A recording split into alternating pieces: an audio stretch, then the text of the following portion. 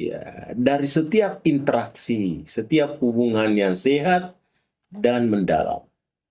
Jadi dia tidak sekadar kata-kata saja, tapi dia merupakan.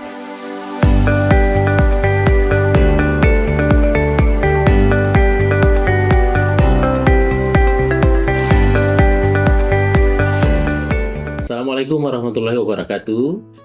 Para pemirsa sekalian dimanapun berada, terima kasih atas segala atensinya yang selalu mencari peluang waktu untuk mengamati channel YouTube kita ini, Mr. Koronis, komunikasi romantis dan humanis. Baik para pemirsaku dimanapun berada, tentunya saya selalu mengapresiasi yang setinggi-tingginya, setulus-tulusnya, karena tidak bosan-bosannya mengamati channel YouTube kita ini terkait dengan fenomena-fenomena komunikasi. Tentunya komunikasi itu ada yang sifatnya ya verbal, ya, dia harus dibahasakan, harus dituliskan sehingga pesannya baru sampai. Namun di balik itu ada juga tidak perlu dituliskan dan tidak perlu dioralkan, diomongkan. Pesannya juga bisa sampai. Itulah yang biasa disebut dengan komunikasi melalui gestur tubuh yang disebut dengan non-verbal communication atau komunikasi non-verbal.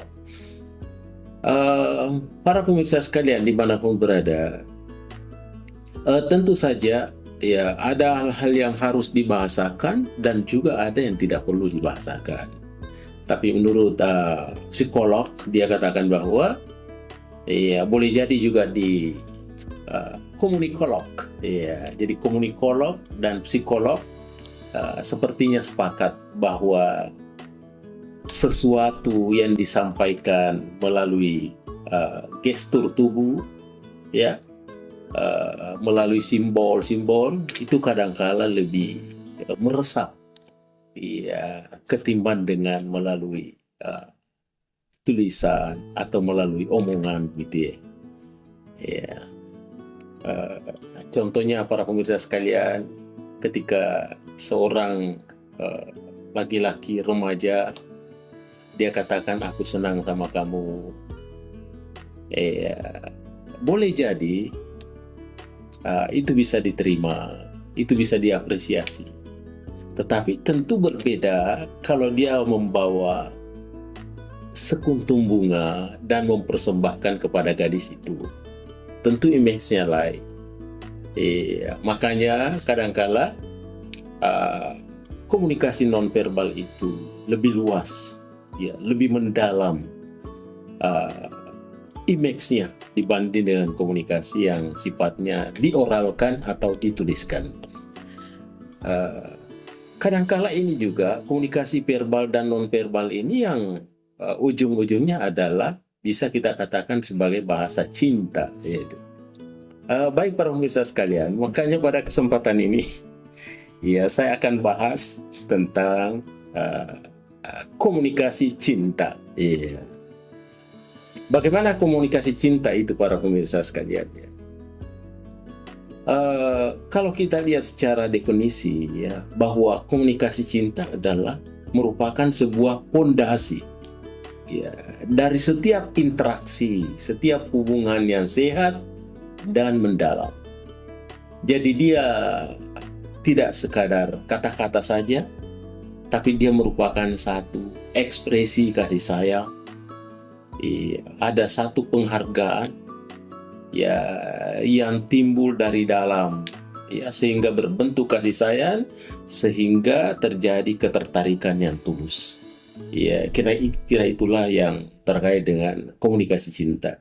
Tentu kalau ada saudara-saudara yang mendefinisikannya yang berbeda, tentu bisa-bisa saja. Ya, karena cinta ini cakupannya luas. Ya, kadang-kala orang yang beranggapan bahwa cinta itu perlu didefinisikan, perlu itu dibahasakan. So kadang-kala ada orang saling mencintai, sesungguhnya dia katakan bahwa itu bukan cinta. Ya, tapi itu adalah empati. Ya. Ada juga yang berpandangan bahwa sesungguhnya ketika kita senang, ya, cinta dengan hartanya, sesungguhnya juga bukan cinta, tapi itu hanya adalah ketertarikan. Ya. Lantas, bagaimana dengan melihat penampilan? Apakah kita sebut dengan cinta? Ada yang beranggapan bahwa sesungguhnya itu bukan cinta, tapi itu adalah obsesi. Ya, terus bagaimana dengan kebaikan? Kadang-kala kita dengan kebaikan sehingga timbul cinta.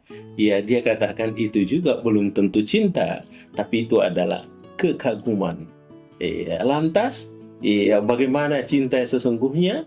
Dia bilang cinta yang sesungguhnya adalah ketika kita tidak tahu kenapa saya mencintai, kenapa saya dicintai. Dia katakan itulah sungguh-sungguh yang disebut dengan cinta. Baik para pemirsa sekalian dimanapun berada.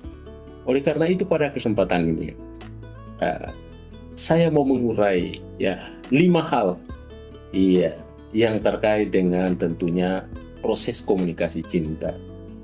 Yang pertama adalah ungkapan afeksi yang sifatnya verbal atau non-verbal. Tadi saya sudah sampaikan bahwa ketika ada yang mengatakan bahwa aku menyayangimu, aku mengagumimu, aku mencintaimu, itu kan bahasa-bahasa verbal ya di dalam komunikasi.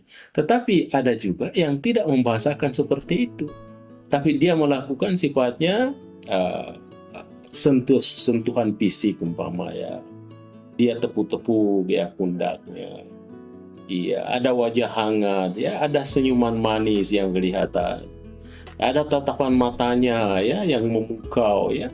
Ada suara yang lembut kedengaran. Kadang-kala itu juga bagian dari sesungguhnya proses komunikasi cinta yang terjadi. Itu yang pertama. Kemudian kedua, dia bisa mendengarkan dengan aktif ya. Bagaimana mendengarkan aktif dan empati? Tentunya dia mendengarkan secara penuh, secara komprehensif. Sehingga tidak sekadar mendengar, tapi dia memahami apa yang disampaikan. Ya, boleh jadi ada eye contact di situ, ada kontak mata. Ya, boleh jadi ada angguka sebagai simbol daripada mendengarkan secara aktif atau empati. Ya, empatinya itu bagaimana? Iya, empatinya tentunya adalah didasari dengan pemahaman perasaan. Ada respon hangat, ya, ada dukungan yang baik. Makanya dukungan-dukungan yang baik inilah ya yang biasa divalidasi dan dihormati sehingga lahirlah benih-benih cinta. Itu yang kedua. Kemudian yang ketiga, di dalam melakukan proses komunikasi cinta tentunya ada kejujuran dan keterbukaan. Iya, bagaimana kejujuran itu? Ya, kejujuran itu tentunya melibatkan pikiran, ya, melibatkan perasaan, dan kemudian juga melibatkan harapan-harapan sesungguhnya. Ya. Kemudian bagaimana dengan keterbukaan?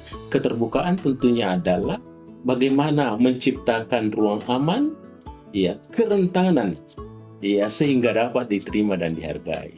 Tentu kita maklum bahwa hidup di rumah tangga yang berbeda, tentu beda cara didikannya, beda cara pembelajarannya. Maka tentunya ketika dia menyatu dalam satu kesatuan, satu hati, tentunya tidak serta-merta harus sama persis. Pasti ada perbedaan. Kerentanan inilah yang siap untuk diterima dan dihargai. Sehingga dengan demikian dapat menciptakan ruang aman. Ya, jadi berbeda itu kadang-kala tidak harus konflik. Ya, pelangi itu berbeda-beda tapi indah kelihatan. Ya, kita lahir dalam suasana-suasana yang berbeda, ya, sehingga melahirkan sebuah keindahan-keindahan yang bagus. Itu yang ketiga. Kemudian yang keempat, para pemirsa sekalian, adalah di dalam komunikasi cinta ini adalah perlu ada dukungan dan perlu ada dorongan.